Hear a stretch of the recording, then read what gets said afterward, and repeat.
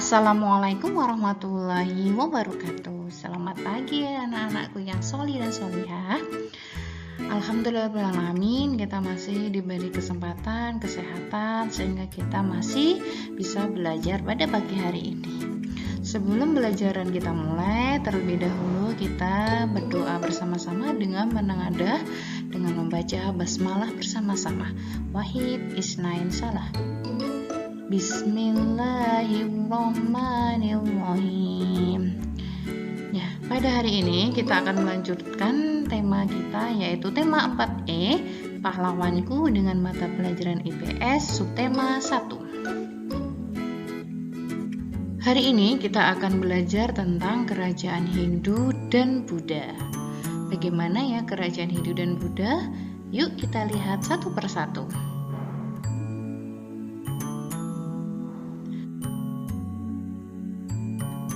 Sebelum kita belajar tentang kerajaan Hindu dan Buddha, perlu kita ketahui ada beberapa tokoh besar di masa kerajaan Hindu dan Buddha, yaitu ada Raja Mulawarman, yaitu kerajaan Kutai dari Kalimantan Timur. Kemudian ada Raja Balaputradewa, yaitu kerajaan Sriwijaya dari Palembang. Kemudian Raja Purnawarman dari kerajaan Tarumanegara Bogor. Kemudian ada Raja Hayam Wuruk, kerajaan Majapahit, Mojokerto, Jawa Barat. Dan ada Raja Erlangga dari kerajaan Kahuripan, Sidoarjo, Jawa Timur.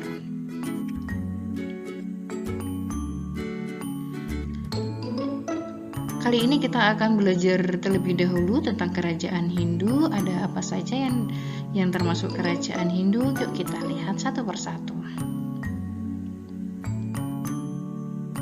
Yang pertama yaitu kerajaan Kutai. Ini bisa kamu lihat di halaman 4 ya. Di sini kerajaan Kutai adalah kerajaan Hindu tertua di Indonesia. Berdiri pada abad keempat, kemudian pendirinya adalah Kudungga, dan terletak di Muara Kaman, Kalimantan Timur. Masa keemasan kerajaan Kutai di bawah kepemimpinan Raja Mulawarman, yaitu cucu Kudungga. Di masa Raja Mulawarman, Kutai berkembang pesat dan mencapai kejayaan dengan menguasai Kalimantan Timur. Raja Mulawarman dikenal sebagai raja yang adil, bijaksana, dan dermawan. Peninggalan Raja Mulawarman yaitu berupa bangunan suci didirikan untuk menyembah Dewa Trimurti. Peninggalan paling terkenal yaitu 7 buah prasasti berbentuk jubah.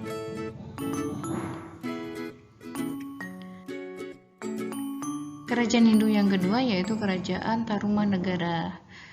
Kerajaan Tarumanegara merupakan kerajaan Hindu tertua kedua di Indonesia. Letak kerajaan diperkirakan di Lembah Citarum, Jawa Barat. Prasasti peninggalannya adalah Prasasti Ciaretun di Bogor, Jawa Barat. Prasasti ini menjelaskan bahwa Raja Tarumanegara bernama Purnawarman. Purnawarman dikenal oleh rakyatnya sebagai raja yang gagah berani, bijaksana, dan tegar menghadapi musuh. Peninggalan Raja Purnawarman tidak diketahui lagi perkembangan selanjutnya.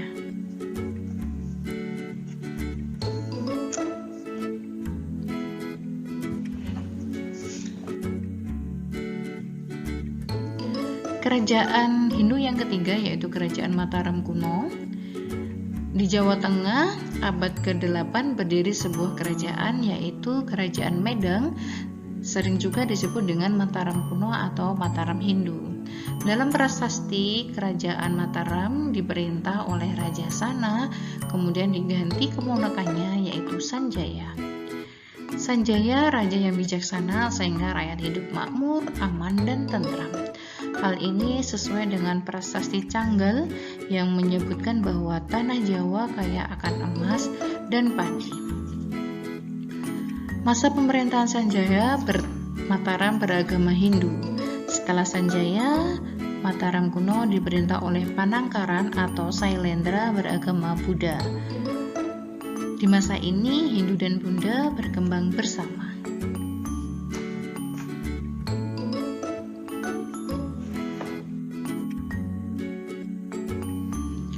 Selanjutnya yaitu Kerajaan Kediri.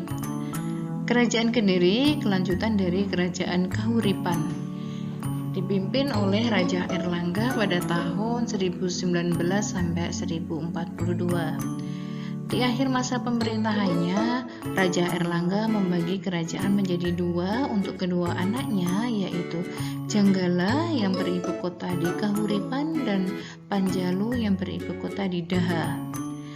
Janggala dikenal menjadi Kahuripan, sedangkan Panjalu dikenal dengan Kediri. Kerajaan Kediri tumbuh pesat, sedangkan Janggala semakin tenggelam. Letak kerajaan Kediri yaitu ada di tepi Sungai Berantas, Jawa Timur. Masa keemasan kerajaan Kediri pada masa pemerintahan Raja Sri Jayabaya. Peninggalan yang terkenal yaitu Candi Panataram.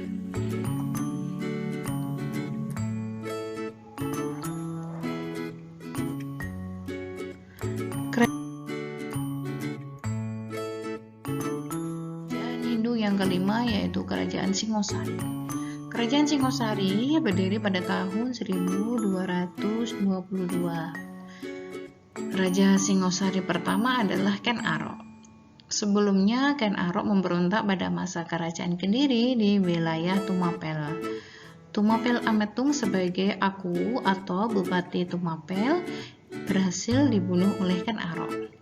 Ken Arok menikahi istri Tumapel Ametung dengan menikahi Ken Dedes dan mendirikan Kerajaan Singosari dan menghancurkan Kediri. Saat itu Kediri dipimpin oleh Raja Kertajaya. Masa kejayaan Singosari di bawah pimpinan Raja Kertanegara dikenal sebagai raja yang memiliki kecakapan dalam kepimpinan. Rakyatnya hidup aman dan sejahtera. Cita-cita Kertanegara ingin menyatukan Nusantara di bawah Singosari.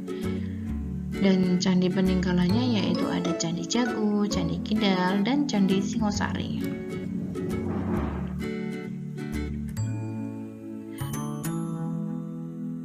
Setelah kita belajar tentang beberapa kerajaan Hindu, sekarang kita akan belajar tentang kerajaan Buddha.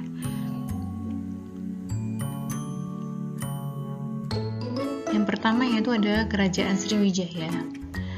Kerajaan Sriwijaya, kerajaan bercorak Buddha yang paling terkenal di Nusantara. Wilayah kekuasaannya hampir seluruh pulau Sumatera, Jawa Barat, Kalimantan Barat, Semenanjung Melayu, Selat Malaka, dan Selat Karimata, serta Selat Sunda. Puncak kejayaan Kerajaan Sriwijaya dipimpin oleh Raja Balaputradewa. Balaputradewa, raja yang berani dan pantang menyerah. Di bawah Balaputradewa, Kerajaan Sriwijaya sebagai kerajaan maritim. Sriwijaya dikenal juga sebagai kerajaan pusat pendidikan dan penyebaran agama Buddha, di mana di sini terdapat perguruan tinggi agama Buddha. Selain itu, Kerajaan Sriwijaya dikenal juga sebagai pusat perdagangan karena ibu kota Palembang adalah jalur perdagangan.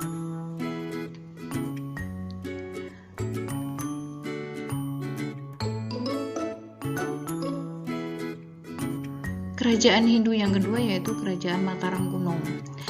Kerajaan Mataram kuno mengalami masa 3 dinasti atau wangsa, yaitu Wangsa Sanjaya yang beragama Hindu, Wangsa Sailendra yang beragama Buddha, dan Wangsa Isana yaitu wangsa baru didirikan oleh Empu Sendok. Raja pertama Kerajaan Mataram kuno adalah Sanjaya, pendiri Wangsa Sanjaya yang menganut agama Hindu. Sanjaya digantikan oleh Rakai Panangkaran, kemudian berpindah agama Buddha. Saat itu Wangsa Sailendra berkuasa. Peninggalan Kerajaan Mataram kuno Buddha adalah Candi Borobudur di Jawa Tengah, didirikan oleh Raja Samaratungga, kemudian Candi Kalasan di Jawa Tengah, merupakan candi tertua Buddha di Pulau Jawa, dan Candi Mendut dan sebagainya. Nah, untuk tugasnya silahkan buka buku paket tema 4E ya, halaman 20. Di situ ada ayo lakukan, kemudian isilah peta konsep di buku paket, kemudian unggah melalui Google Form. Untuk memperbanyak pengetahuan dan ilmu kalian, silahkan selalu dibaca buku paketnya ya, terutama tentang sejarah-sejarahnya silahkan dibaca. Oke, terima kasih anakku, semoga bermanfaat ya.